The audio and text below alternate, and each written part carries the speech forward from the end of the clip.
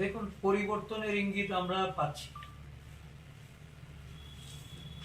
আমি প্রদেশ কংগ্রেসের দায়িত্ব নেওয়ার পরে বিভিন্ন জেলায় এবং আমাদের শাখা সংগঠন দলের বিভাগগুলিকে নিয়ে যত কর্মসূচি করছি, প্রতিদিন এই কর্মসূচিতে সাধারণ মানুষের অংশগ্রহণ বৃদ্ধি পাচ্ছে এবং একটা ধারাবাহিক আমাদের যে কর্মসূচি, জাতীয় কংগ্রেস দল ধর্মনিরপেক্ষতায় বিশ্বাস করে, জাতীয় কংগ্রেস দল অহিংসার রাজনীতিতে সবসময় মানুষকে উদ্বুদ্ধ করে, সাম্য এবং মৈত্রীর ধ্বজা নিয়ে আমরা সারা দেশব্যাপী যে কর্মসূচি, আমাদের ভারত জুড়ো কর্মসূচি, এই কর্মসূচি আমাদের প্রিয় নেতা রাহুল গান্ধীজি সারা দেশের মানুষকে সতর্ক করার জন্য, জাগ্রত করার জন্য, মানুষকে একত্রিত করে সংগঠিতভাবে এই দেশের যে ঐক্য সংহতি এবং তার কৃষ্টি সংস্কৃতি,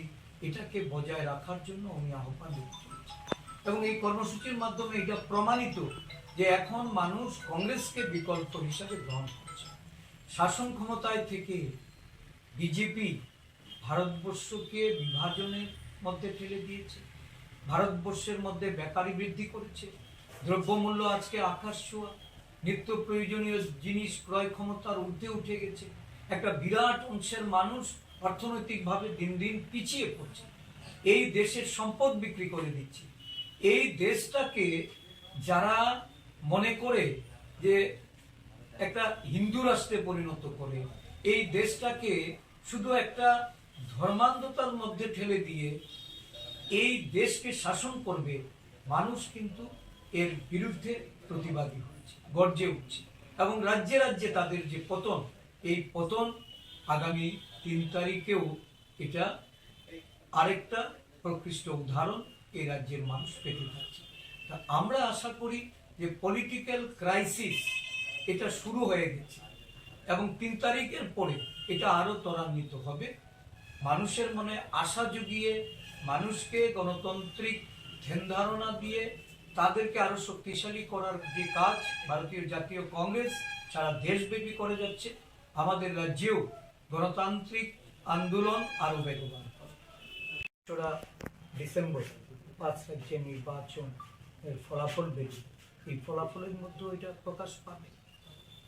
এই ধরনের ঘৃণ্য ষড়যন্ত্রের বিরুদ্ধে বা এটাকে প্রতিহত করতে আমরা প্রথমে রাজ্য সরকারকে দাবি জানাচ্ছি এইগুলি বন্ধ করা, এই ধরনের কোনো কর্মসূচি যেন এই রাজ্যে ঘটতে না পারে।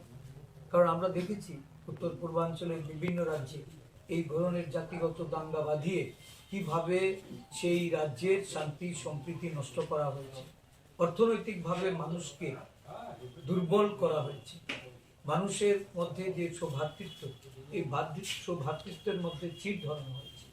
আজকে আমাদের আদিবাসী নেতারা এই নিয়ে শঙ্কিত। আমার সাথে আমাদের প্রাক্তন বিধায়ক অশোক দেববর্মা, উনিও এসেছেন।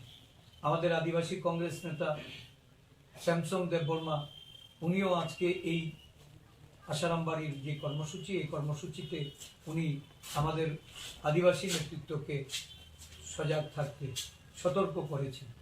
আমাদের অন্যান্য এই জেলার যারা আদিবাসী নেতা সকলে একযোগে এই ধরনের ঘৃণ্য চক্রান্তের তীব্র নিন্দা জানাচ্ছি।